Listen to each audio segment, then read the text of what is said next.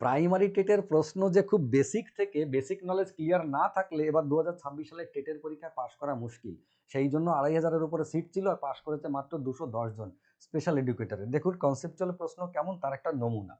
সেটা হচ্ছে বলছে -1/4 যোগের ক্ষেত্রে বিপরীত উপাদান এবং গুণের ক্ষেত্রে বিপরীত উপাদানের গুণফলটা কত। -1/4 যোগের ক্ষেত্রে বিপরীত উপাদান কত হবে আপনাকে জানতে হবে, আবার এদের গুণের ক্ষেত্রে বিপরীত উপাদান কত হবে সেটাও আপনাকে জানতে হবে। জানলে তবে গুণ করে গুণফলটা পাবেন, নইলে পাবেন না। তাহলে আমাদের জানা উচিত যে -1/4 যোগের ক্ষেত্রে বিপরীত উপাদান কাকে বলে।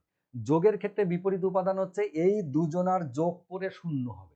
মানে -1/4 সাথে কত যোগ করলে মানটা শূন্য হবে, সেটা হচ্ছে বিপরীত উপাদান যোগের ক্ষেত্রে। যোগের ক্ষেত্রে বিপরীত উপাদান বানাতে গেলে শূন্য বানাতে হয়, গুণের ক্ষেত্রে বিপরীত উপাদান বানাতে গেলে 1 বানাতে হয় গুণ করে। তাহলে -1/4 সাথে এই বিপরীত উপাদান যেটা গুণের ক্ষেত্রে সেটা কত, -1/4 সাথে কত গুণ করলে 1 হয়, সেটা হচ্ছে -4 গুণ করলে 1 হয়। শুধু 4 নয়, -4। তাহলে খেয়াল করে দেখুন, -4 আর -1/4 গুণ করলে তবেই কিন্তু রেজাল্ট 1 হচ্ছে। আবার -1/4 সাথে +1/4 যোগ করলে তবে শূন্য হচ্ছে।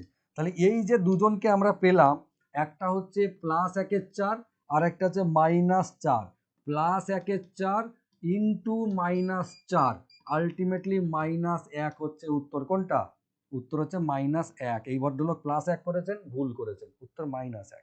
কেমন?